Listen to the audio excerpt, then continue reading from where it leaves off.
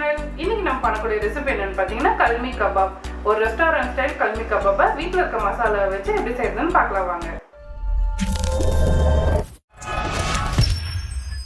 Kalmi kebab செய்யறதுக்கு இந்த மாதிரி 5 லெக் பீசஸ் எடுத்திருக்கேன். இந்த சிக்கன் பீசஸை இந்த மாதிரி லைட்டா கோடு போட்டுக்கோங்க. இது போல கட் பண்ணும்போது நம்மளுக்கு மசாலாலாம் உள்ளார இறங்கும். இது போல எல்லா பீசஸையும் கட் பண்ணதுக்கு அப்புறமா இதை மேரினேட் பண்ணிடலாம். சிக்கன் மேரினேட் பண்றதுக்கு ஒரு பெரிய சைஸ் பவுல் எடுத்துக்கோங்க. அதுல நம்ம கட் பண்ண சிக்கன் எல்லாத்தையுமே உள்ள சேர்த்துருங்க. இந்த சிக்கன்ல இஞ்சி பூண்டு விழுது 1.5 டேபிள் ஸ்பூன், உப்பு 1/2 டேபிள் ஸ்பூன், மிளகாய் தூள் 1/2 டேபிள் ஸ்பூன், மஞ்சள் தூள் 1/4 டேபிள் ஸ்பூன், லாஸ்டா எலுமிச்சை பழத்தோட சாறு. இது ஒரு பழத்தோட சாறு. எல்லாத்தையும் சேர்த்துட்டு இந்த மசாலாலாம் சிக்கன் குள்ளார இறங்குற மாதிரி நல்லா ஒரு 5 மினிட்ஸ்க்கு இது பரட்டிக்கோங்க. அவ்வளவுதான். இந்த மாதிரி நல்லா மிக்ஸ் பண்ணதுக்கு அப்புறமா ஒரு 10 மினிட்ஸ்க்கு இது நல்லா ஊறட்டும். அப்படியே எடுத்து வச்சிருங்க. அடுத்ததா சிக்கனுக்கு இன்னொரு மசாலா ரெடி பண்ணிடலாம். அதுக்கு ஒரு மிக்ஸி ஜார் எடுத்துக்கோங்க. அதுல புதினா 1 கப், கொத்தமல்லி இலை 1 கப், 4 பச்சை மிளகாய், 3 முந்திரி, 10 மிளகு, சீரகம் 1/2 டேபிள் ஸ்பூன், லாஸ்டா ஃப்ரெஷ்ஷான தயிர் 5 டேபிள் ஸ்பூன் எல்லாத்தையும் சேர்த்துட்டு இப்போ நல்லா பேஸ்ட் மாதிரி அரைச்சி எடுத்துக்கோங்க. அரைச்சாச்சு. இந்த மாதிரி நல்லா ஸ்மூத்தாக அரைச்சி எடுத்துக்கோங்க. அடுத்து சிக்கனில்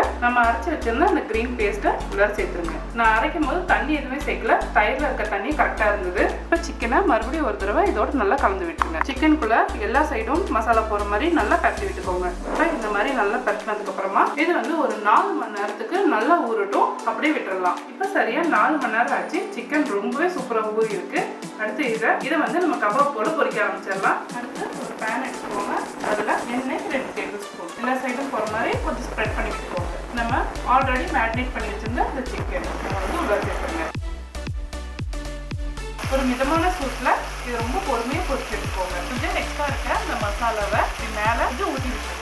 ஒரு சைட் லைட்டாக பொரிஞ்சதும் இன்னொரு சைட் திருப்பி போட்டுடலாம். லோ ஃப்ளேமில் 2 சைடு இந்த மாதிரி திருப்பி போட்டு ஒரு 10 நிமிஷத்துக்கு நல்லா பொரிச்சு எடுத்துக்கோங்க. அவ்வளோதான். ஒரு 10 நிமிஷத்துக்கு அப்புறமா நம்மளோட சிக்கன்லாம் சூப்பராக ரெடி ஆயிடுச்சு. அதோட அந்த கலர் பாருங்கள். அப்படியே அந்த க்ரீனோட அந்த ப்ரௌன் கலர் செய்து ரொம்ப சூப்பராக இருக்குது. பார்க்கவே சிக்கனை இந்த மாதிரி நல்லா பொறுமையாக பொரிச்சு எடுத்துக்கோங்க. அப்போ எல்லா சைடும் நல்லா வெந்து வரும். அவ்வளோதான். நம்மளோட அட்டகாசமான கல்மி கபாப் ரெடி. மீதி இருக்க சிக்கனையும் இதே போல பொரிச்சு எடுத்துக்கோங்க.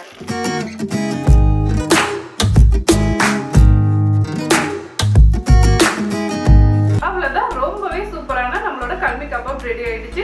அப்படியே ரெஸ்டாரண்ட்ல சாப்பிட்ற மாதிரி அதே டேஸ்ட்லயே இருக்கு. ஸோ இனிமேட்டு ரெஸ்டாரண்ட்ஸ்லாம் போவே வேணாம். வீட்லயே ரொம்ப ஹைஜீனிக்கா நம்ம செஞ்சு சாப்பிடலாம்.